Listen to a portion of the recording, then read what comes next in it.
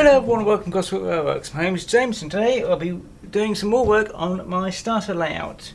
Today, I'll just scoot on onto the camera a bit more.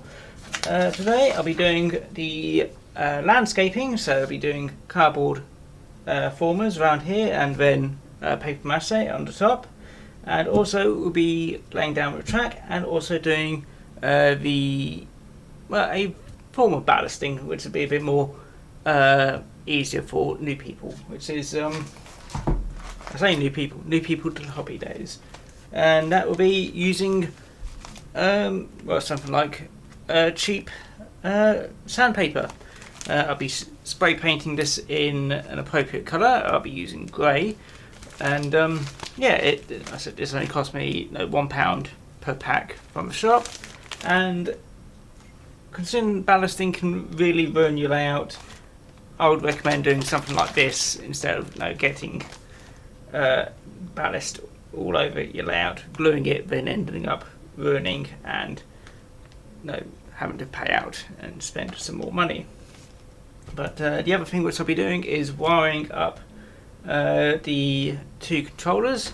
I'll be using these little PWM controllers again. I'll be fitting them onto over here. I'll be making a very simple control panel using wood. So that'll be over here. I'll cut this down, something here.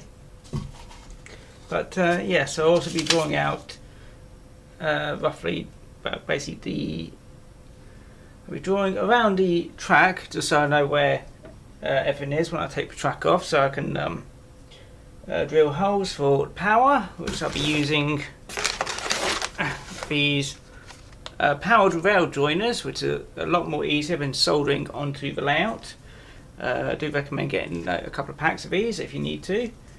Even though this is initially going to be DC set up, I will be making it so you can easily change it to DCC via some switches, and I'll be showing that in a later video, but just for now I'll be doing the setting it up for DC. So, but I'll still put in the wires now just because it will save time. I'll also drill it in some holes for the points, just in case I do want to put in point motors later on, but for a while they'll probably be covered up by the sandpaper ballast. So yes, first thing first is spray paint these all grey. Draw around all of this layout, mark off where all the holes are, and get all that lot done. And also nailing down all the track, which I'll be showing you in a bit. So let me just get all the prep work done and I'll see you in a sec. Right, here we are with all the fake ballast all spray painted. I have also cut it in half just so to get some extra length from it.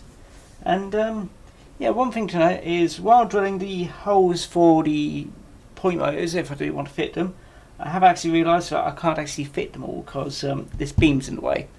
You can't probably see the outlines from it, but since we've got that central beam going across, we can't fit any point motors up here underneath the layout.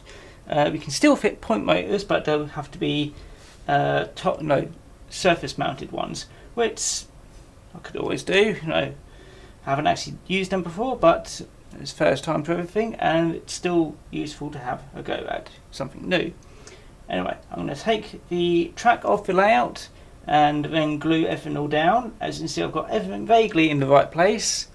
The whole point of the lines which I drew earlier of the outlining of the track is so I know where all these bits of sandpaper will go. So I'll get round to gluing that, and then I'll start nailing everything down. I'll quickly show you from one of these little bits of track is that it will have a little holes here, there and everywhere along the track, and that's where you put in the nails. And it's basically the usual thing of get a hammer and nail in the track pins. I'll quickly grab some, so just give me a sec. No, that's not the right one.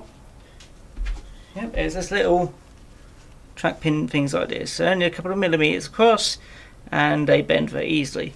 But I'll be doing that after the glue dries. So I'll show you that a bit later. So I'll pop it up there, and yeah, I'll get round to doing the gluing. So see you in a sec.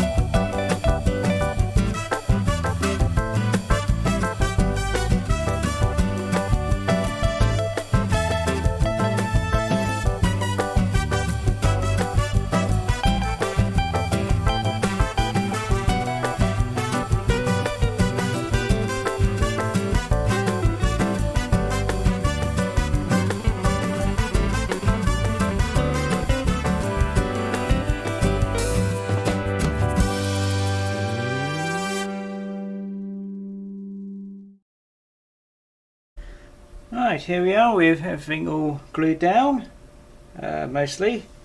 Do need to find some extra heavy things just to put here and there, but also do need to do a bit of repaint, but yeah, I probably should have varnished these before sticking them down.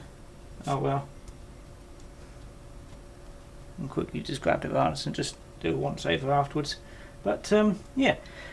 Just need to wait for it all to dry now, so I'll bring you back tomorrow, so I'll see you then. Now then, as you can see, the fake ballast is all laid on. I probably sort of used something like felt, but this was cheaper and I could actually find it. But yeah, I've got the track back on, and next thing to do is add the powered rail joiners. These are just basically wires glued to some fist plates. I've got most of them all fitted on, but just to show you what to do, it's basically you just get the track, and you'll just be replacing 2 of these for each place you want to put the power. So let me just get the old ones off. They are a bit tight on some of these, so do use something which will remove them quite easily. I tend to use my teeth, which is probably not the best thing to do, but it's just easier in my opinion. So we just slide them on like this. Ooh, try to, they're a bit fiddly, especially when it's early in the morning. There we go. And you just thread them through.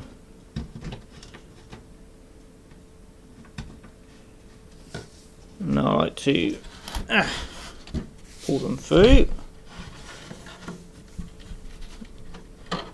The best thing which I've found is to make sure you get the same colour. I'll just pop that on there. Try to get that on there. It's a bit offset.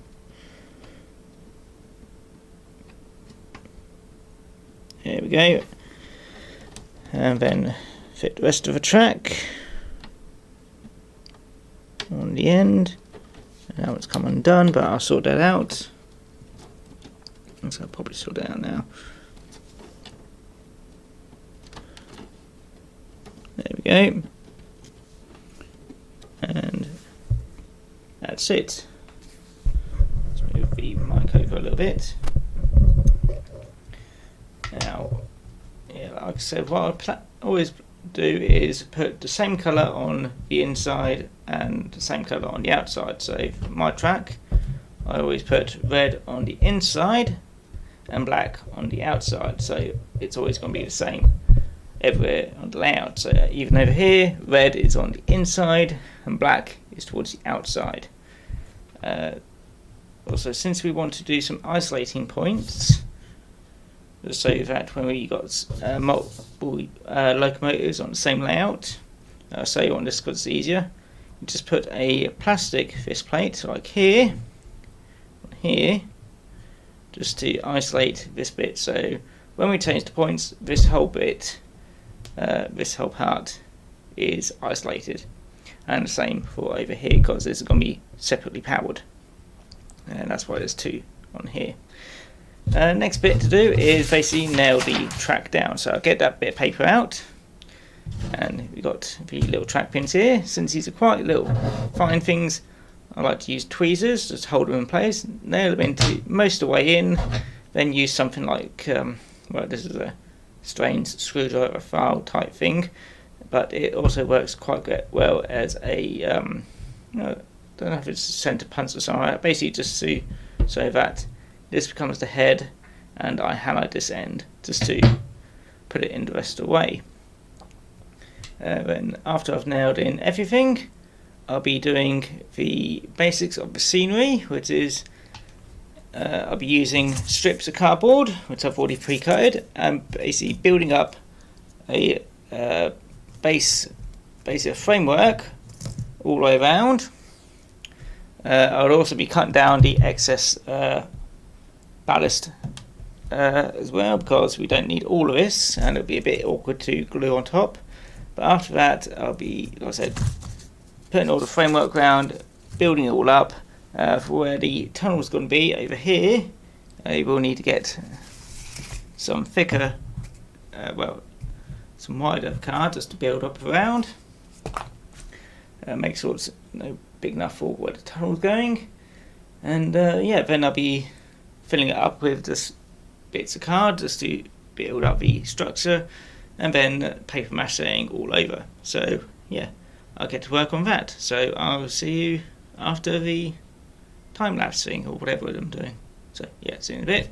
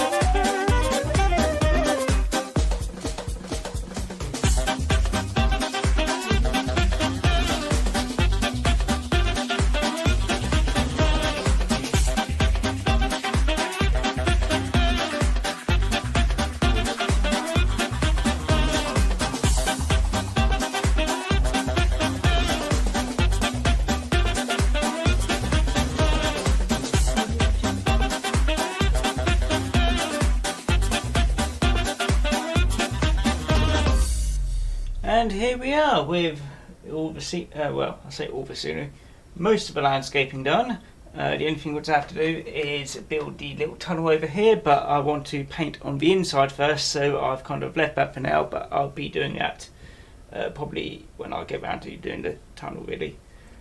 But yeah, as you can see, I haven't painted it yet because I haven't really decided if I want to paint it brown, then paint it green, or just paint it green and just paint it more green.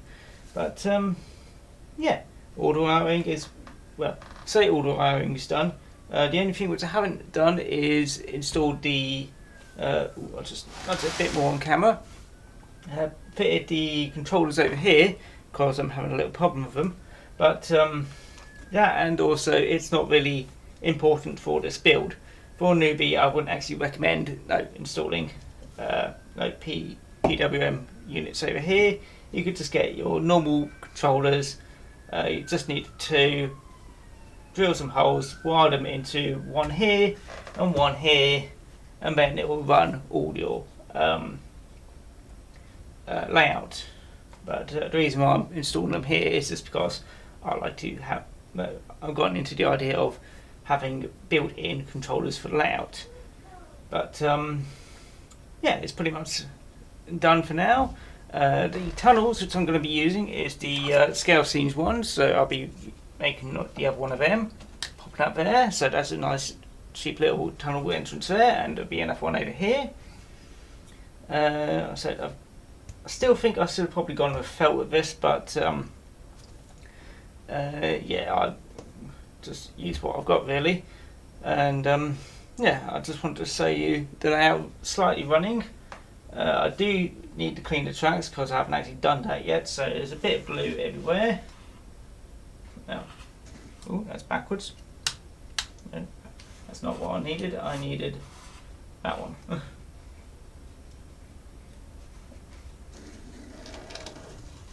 Let's move up there. And as you can see, my little tank engine goes around. Most of it, unfortunately, it's running on battery power, so not the smoothest, and plus the battery is dying.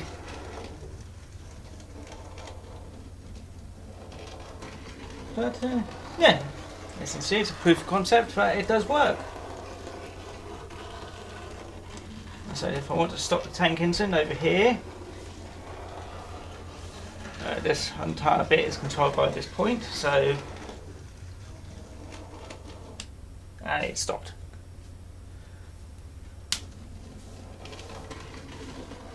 But you can also quite easily go, I wanted to go into there.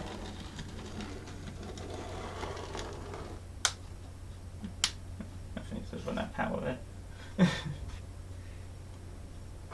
That's just stalled. Quickly turn the power back round.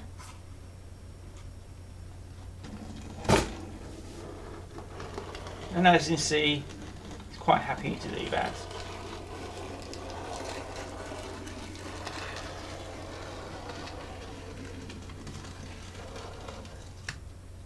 There we go.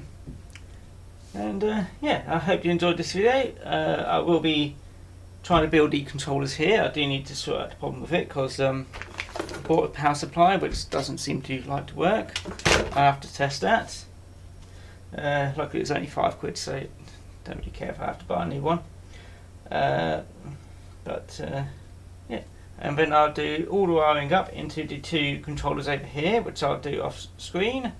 I may do the tunnel in the next video, I'm not too sure. I'll have to think about that. But yeah, till then, I hope to see you all again next time, and I hope you all take care. So, see you then. Bye bye now.